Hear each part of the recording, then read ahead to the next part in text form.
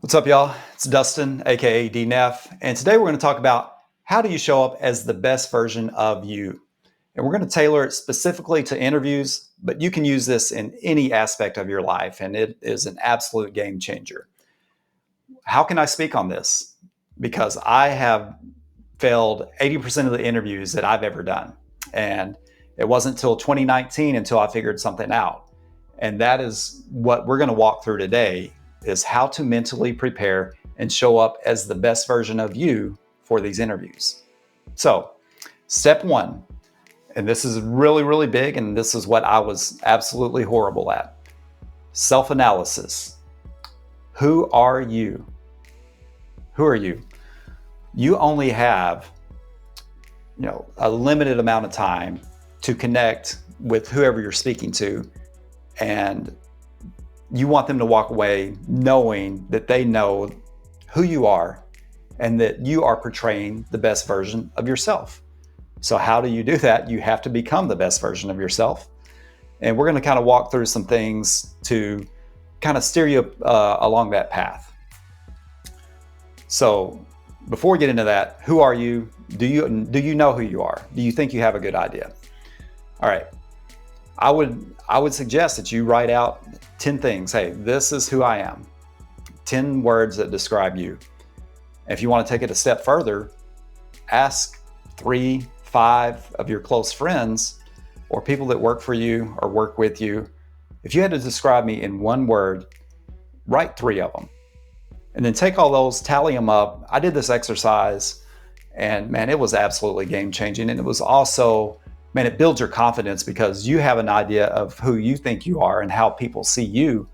But until you truly ask, you're not going to get real feedback. And until then, it's just an idea that will solidify it in your mind. So that's a pro tip. All right. When do you feel the most confident? So it's super, super important because the interview is not really about what you say. It's about how you say it. And you're going to say it more confidently if you are 100% confident. So in order to get to that place, you have to figure out when are you your most confident? And for me, it's pretty simple. So, I've kind of written these down here, but it kind of goes into routine too. When am I on a consistent schedule? Am I focused on my health? So when am I exercising? What am I eating on the day-to-day basis? And am I getting enough sleep? And I need to add one more on here. Are you surrounding yourself with great people that make you feel better? Are they energy givers or do they drain your energy? So very, very important. If you don't have that in your life, I highly recommend getting people that make you a better person. All right. What is your routine? When do you wake up? What does your days look like? Are they consistent? Are they chaotic? You need to get some structure. So for me, wake up. I've already planned my day the night before. Just reevaluate. There's some things that I do every morning. It takes me about 30 minutes to get my day set, get focused. I go work out, so I don't have to worry about that the rest of the day and think about that. So that's already out of the way. So health, check. And then you have your 5 or 10 things that you want to accomplish that day. So I have them on a list, and that's my guiding light. As the day goes on, things are going to come up, and you're going to have to deal with them. But then you always go back to your baseline schedule, as one of my friends used to call it, baseline schedule. So that way that if you're having a productive day, did you accomplish what you set out to accomplish? Okay, thinking interview-wise, what outfits or what look make you feel the most confident? What makes you feel like the best version of yourself? And you may not know. You may be like me, like, hey, just game day gets there, interview day, I'll just look in my closet and see what I want, or maybe the night before. But if you truly understand and you have an idea of what you want to look like and what style you have, because everybody's, they have their own individuality. And I think this is very important. So figure that out and have you 2 or 3 go-to outfits that really you think resonates and shows who you are, shows your individuality with keeping with what you're interviewing for. So don't go buck wild, but have a plan. Speaking of plan, segue into creating your plan. So we're going to talk about prep work.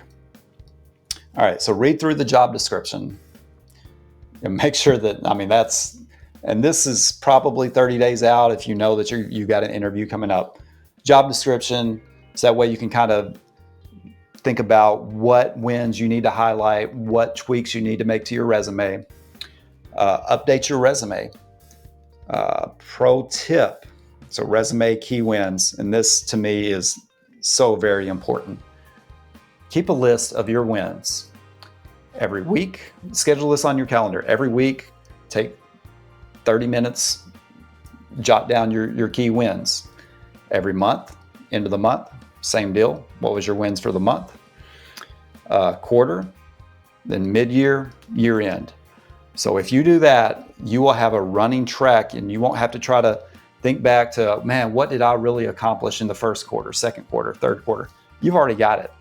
And I used to send these to my boss every month. And then quarter, I'd roll it up. And that way we are aligned. He knows what I'm doing or she knows what I was doing. And it's just so much easier to track, and it stays in the front of your mind rather than the back of your mind, because if you're like me, once you get one win, I was just on to the next thing. I was always thinking 2-3 steps ahead of where I wanted to get to. So this really helped me track my wins so I could communicate them better. Earlier, we talked about routine. Make sure your routine's dialed in. If you don't have a solid routine, get one. It's an absolute game changer. And then as you go through the process, you're going to follow your routines. That way you have consistency. You're going to continue to build confidence. And you're going to be able to show up as your true, authentic self. What to wear. So, knowing what the role is, just dress one step above that. Let's see, practice. So I think it is important to practice. I'm not a big believer in over practicing. I don't want it to feel scripted. I just really want to know, my key wins. I want to know, if they ask me competency-based questions, I have 10 or 12 that are ready to roll, and they're always going to be around people. They're always going to be product or service. And then 3, operations. So have you 3 or 4 in each of those categories. So no matter what they ask you, you've got an answer for it. All right. Number 3, and probably the most important thing to me, if you struggle with confidence, this is going to be an absolute game changer for you. Visualize that you already have this role. And this is what really worked for me. This is what turned things around, is I already envisioned myself at least one level up. Like I should be the one interviewing the person that's interviewing me. So I'd be, I guess, 2 levels up. But me seeing myself in a different light gave me the confidence I needed to, nail these interviews. And we talked about confidence, so that kind of plays into it. Doing those things, like everything we've talked about, is going to build your confidence. So important. So most interviews, it's not really what you say, it's how you say it. And if you have confidence, they will see that, and it goes so far. I mean, ultimately, that's probably more important than what you're actually saying. All right, so let's talk about game day. So it's your interview day. Continue your routine. That way you have that structure. Show up as the best person of you. So you've already figured out, your confidence is at your highest when you're at the best version of yourself. So how do you look? Are you well groomed? How do you feel? Do you have your right, the outfit that you aligned on? Stay positive, no negative thoughts, only positive. You can say things out loud to, I would probably do that leading up to this to ensure that your subconscious hears that as well. Then ultimately confidence. So we talked about the importance of confidence. The biggest thing that I want you to take away is to be memorable. And a lot of these lead into how you become memorable, and it's the prep work. And I'll share one quick story. So my boss was my boss's boss, 2 levels up. I went through like 3 or 4 rounds of interviews. And remember what I told you, I had failed far more interviews than I've passed until I figured this out. And we're talking about, hey, how things are going. I'm saying, hey, these are what we're doing well. This is what we're currently working on. And she stopped me and she was like, I've never told you this, but in your interview, and this was 3 months prior, and you're talking about somebody's running a huge, one of the most important roles in the entire company, and has thousands and thousands of employees and hundreds of managers. And she's like, in your interview, I still remember 3 things that you told me. It was how many people you promoted, your employee engagement, and some of the financial results. And for her to remember that 3 months later, like she stated the exact facts. And I was blown away because there's so much on her plate. And all that goes back to being memorable. Okay. And last but not least, in interviews, they're all similar, but they can be different. So control your messaging. And what do I mean by that is sometimes, like for me, I've done probably 10,000 interviews, and I know the structure that works best for me.